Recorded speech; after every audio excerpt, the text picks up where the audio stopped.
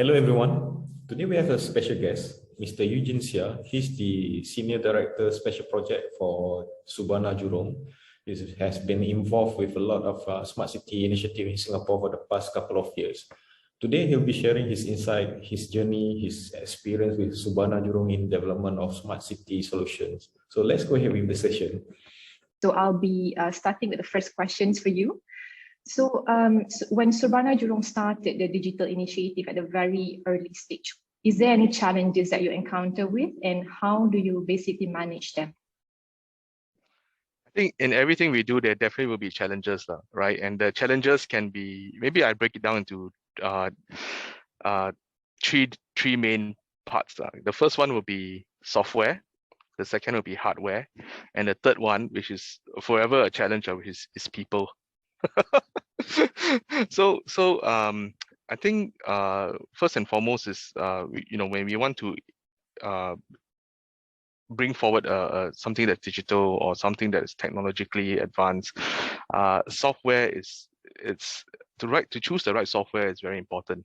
Like car, there's many types of cars. How do we choose the right car, right preference? Must sit snugly, bucket seats, so we need to choose the right software for us, and then the corresponding hardware will come after. But that means capital costs, right? And whether people want to spend that money, and people are always saying, wow, if I go into digital, how much jobs can I cut? If I do this digital, how much money can I save? Oh, return on investment is how long? They will ask all these questions. I don't blame them, because if I'm finance, I would definitely look into those things. But for me, when I look at digital and technology, I'm not saying finance is not something that I look at. I do look at it, but I always think long term. And right, if you don't invest in it, you will never get it. You will never start. Right? And how do you put a price tag on that? How do you put a price tag on something that's intangible? It's very difficult. Yeah. So in terms of investment of hardware, we need to go into, and then the third one is people. And maybe for people, I would like to divide it into further two things. One is processes that people have to do, and second is the people themselves. So the challenges of the processes is, how do we look into something that's manual and then move to something that's digital? Now, instead of carrying a clipboard with paper, you're actually carrying an iPad now, but you must be able to charge your iPad, because you don't need to charge a clipboard. So how do you look at these processes? And then the people, right? And then the people, you have the people who are the ones that are very technology advanced, how to use iPads, VR glasses, goggles, HoloLens, and so on and so forth. And those who are not, how do you manage the transition? How do you make sure that everybody has a buy-in? So it is not as easy as you switch on the light. Right, straight away the lampu on, wow, bright. You must slowly look at how we can bring in the behaviors, look at how we can get them interested. How do you look at retooling and rescaling? How do you make it inclusive to different people, different ages, gender, for example? Because sometimes the iPad, or rather like my laptop, my laptop is usually used for BIM, building information modeling. It's much like a gaming laptop. You want to play Counter-Strike, this type of laptop is good, but it's very heavy. It's almost 3 kg, Yeah, then how it's not everybody can carry those. So I have to go to the gym to be able to carry my laptop. So the thing is, we need to make sure all these are thought of. So just the laptop issue, we are now investing to virtual machines, right? Putting into the cloud. So I can have a normal laptop, but yet I can have a compute power of the cloud. So that's one of the ways, which means that I will save. I don't need to buy a 3,000, 4,000, 5,000 laptop. I can buy a 1,008 laptop, but I need to invest in cloud computing. And so these are the finance guys will definitely ask, what is the return on investment and so on and so forth. But for me, I would definitely look at these three things with all the different subsets: software, hardware, processes, people, and then to see how I can overcome the challenges, bearing in mind the finances, but always looking at the intrinsic value that digital and transformation will give. It's going to become an existential. That means you need it to exist. It is not a matter of what. No, it's a matter of when. Yeah, I mean, touching to that, you were saying that you have like three areas or elements that you're focusing on, hardware, software, and people.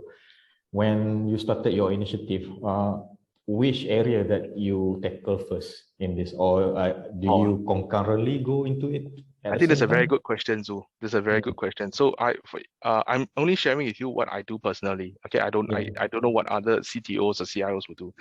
I look at it all three things at one time.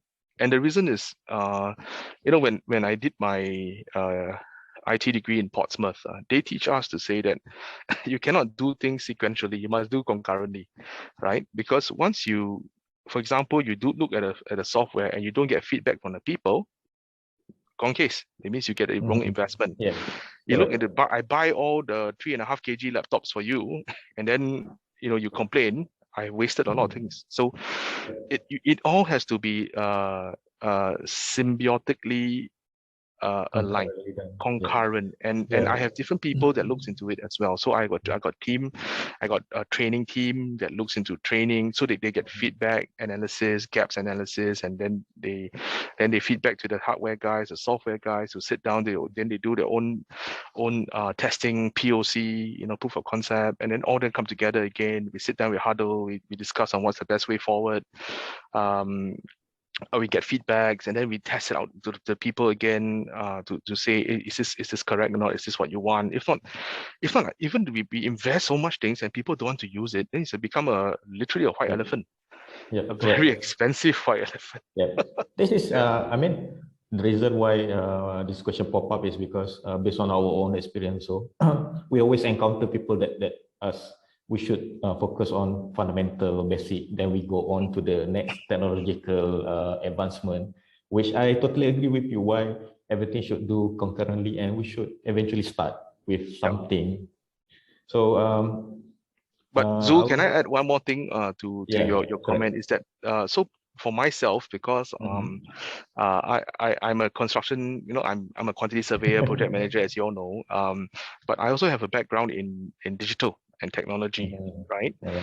And also studying sustainability and law and all that. But when I put all these things together, you must have an overall framework, right? And say that, okay, this must be, you are right, no? The core is very important.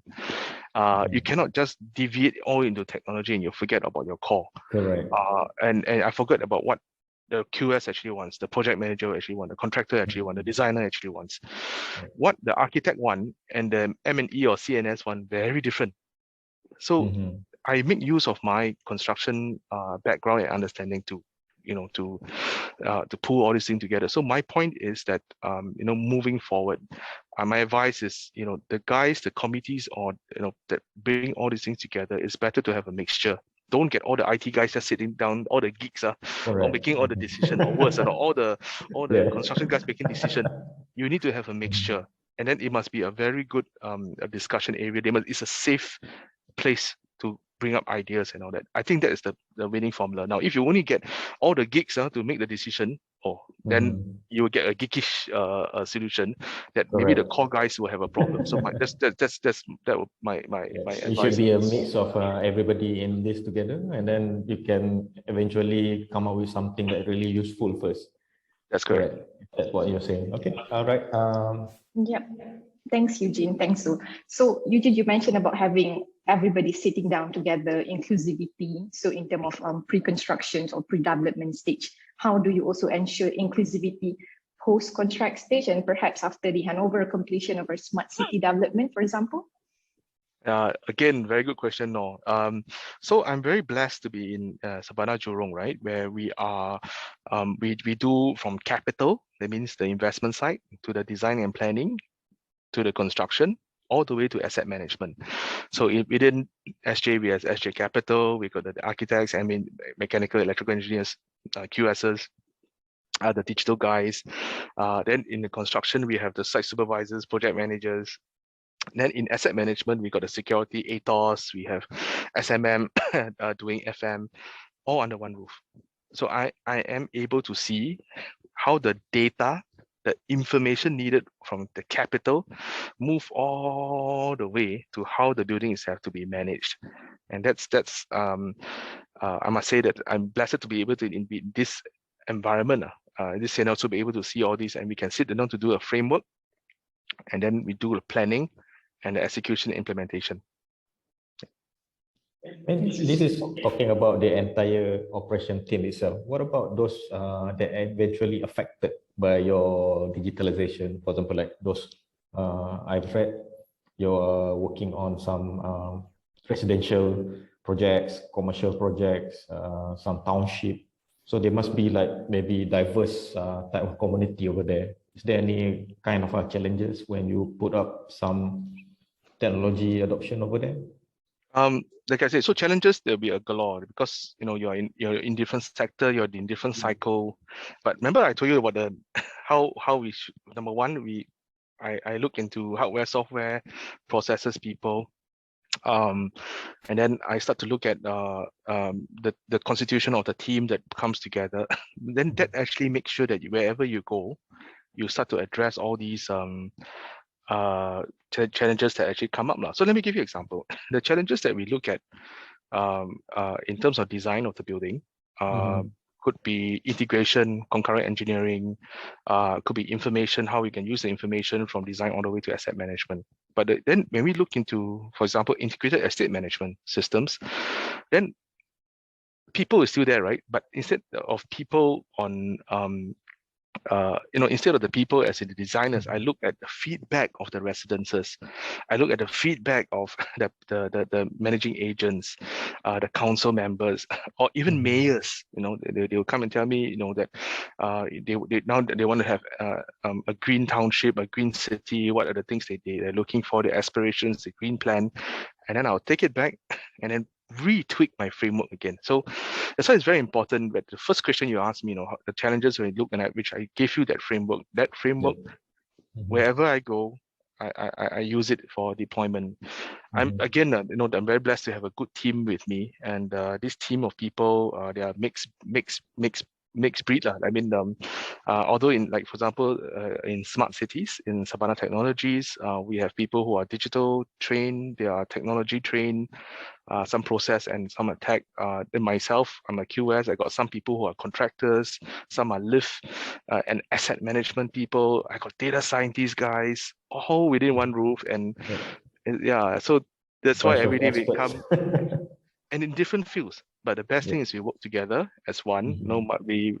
We can sit down, we powwow, and the best things is that these ideas don't happen in the office. These ideas actually happen on site. We go out, we talk to people, they tell us things. So if you're always in the office, there's only so much I can do. Yes, it won't work. So that's why we have about 90 people, but we only have about 30 seats. Because why? They're all out there communicating, talking to people, but there's a framework that all the information goes to the cloud, common data environment. And then that's where we will start to discuss things. Okay, that's interesting. That means your framework works around the data that you collected in real time. And this is really important to somebody and some company that really wanted to adopt this kind of framework, because digital inclusion will be a big issue, especially in Malaysia. And then there are some companies, agencies work in silo eventually, and this is really great sharing from you. Thank you very much. But you always must remember, Zul, you always must remember your core must be strong. Your core must be strong. So if a guy doesn't know construction or doesn't know digital and he's contributing, then it may be a bit weak. But if he's an expert in his different fields, his core is very strong, but coming together, then that's where you get an orchestra of results coming in that's all coordinated. You just need one conductor. The conductor. So my job is conductor. It's really interesting. That's why we would like to talk like expert like yourself, sharing all those experiences. I don't consider myself an expert. But I don't consider myself an expert because there's a lot of companies out there that are doing a lot more bigger things. I mean, China, for example, right? So for me, I feel myself we are getting there, but it only means that there's a lot more opportunity you and I can do, not only in our countries, but also in the region. Yeah. You're exactly right. I mean, I always emphasize on how every subject matter expert should work together in providing some kind of value, and construction, build environment, even facility management should have that kind of element. We should That's not right. work in silo. That's right. That's really interesting. Thank you very much for your answer just now. Okay, I'll move on to the next question about a bigger picture about city. Everybody is now talking about smart city, and there's a lot of skepticism also about smart city. They said, okay, this is too far off and it's too much vision that's not being reality Or at this they point say in it's time. all movie, or Yeah, yeah. correct. So, I mean, in your own personal experience and also Surbana Jurong journey, how do you explain to this kind of skeptics? I would say skeptics. Actually, the skeptics are the ones that fuel me. That means give me motivation to really achieve what we have. So I have two motivations. One is the skeptics to say this cannot be done. Okay, I prove to you it can be done. The second ones are all the Hollywood movies. Right? So for example, like Minority Report, right? Tom Cruise, Yeah, he wear the that's goggle, really. his hands come. These are all haptic gloves, and it can be just as good as a HoloLens that it can do. And right now, because of that, it gave me the motivation in 2020, okay, when the COVID really hit us. Because all our information was in the cloud, our BIM models in the cloud, we then started to work on the metaverse, whereby all our information goes into the BIM model into something like virtual reality. So when I wear my goggle, I can see you sitting opposite me in a chair, but you can choose your avatar lah. You can be whoever you want to be, and we can do virtual design and construction coordination in the metaverse or in the virtual reality state. That was when? No, that was in May 2020. Now, end 2021 and 2022, we're talking about metaverse and all those things, right? We really started long before that. And we are looking at how we can do this construction coordination. It's called virtual design and construction in that space. Who did that first in the movies? That is the movie called Ready Player One. I don't know if you remember watching it, right? Yeah. So they were talking about that. So when we were given the order to say, look, close the office because of COVID, it was quite fast lah, because I work from a laptop. I just take my laptop, go home. Then I was thinking, oh, how are we going to do the construction thing? So all of us have goggle, we can watch the screen. So I said, I called my supplier, can you move all this into the metaverse for me? Then we will do our coordination there and our discussion. And that actually happened all the way till today, and we are working on it. Of course, it's not really a true metaverse way of working. We're doing it for a building. Can we stitch different buildings and cities together? Answer is yes, right? But means your GPU strength must be very high lah. But we are just looking at building by building. So my normal laptop can handle. So my point is, going back to your question, is that it's these guys are the ones that give me ideas, and their skepticism actually give me the motivation, fuels me to always improve, to always challenge myself, and I take that to then implement it, whether is it a space wide, a building wide, or a city wide, based on that framework which I shared previously. That's very interesting. Thank you. Okay. What about? I mean, there's also talk about, okay, if you're in a smart city, everything is connected. You put sensors in there, here and there, cameras tracing your face where you are. They talk about privacy and of course cyber security. Yes. In that sense. What is your take on this? Yeah, cybersecurity and privacy is always in all my clients' mind, right? Data Protection Act and all those PDPA, So what we always do is again, framework, right? So the framework that I use is the ISO 37100, and it's not only just on smart cities. There are three things that goes in. There's smart city, sustainable city, resilient city. So these are the three things that goes in, and they talk about infrastructure. They also talk about privacy. They also talk about security, and security is also two types. One is cyber, and another one is physical, right? So I follow international standards when we go in and design our platforms or design smart cities, not virtual but physical smart cities, and we do not just look at things in silo. So we only don't look at just smart city technology. We look at the three things: smart, sustainable, resilient. And when I say sustainable, also the triple bottom line: social impact, economic impact, and environmental impact. So these are the things that we look at as well. Yeah. All right. Interesting. I think our time is almost up. Thank you very much for your time today. It's a very interesting sharing and very humble of you not to call yourself an expert, but we do. This is very, very, very insightful session, I would say, even though it's a short period of time. And we would like to maybe talk to you more or invite you here with our partners that we have in Johor or in Malaysia. Thank you very much, Eugene. Yes, Aziz, Thank you very much, and thank Happy you New so Year.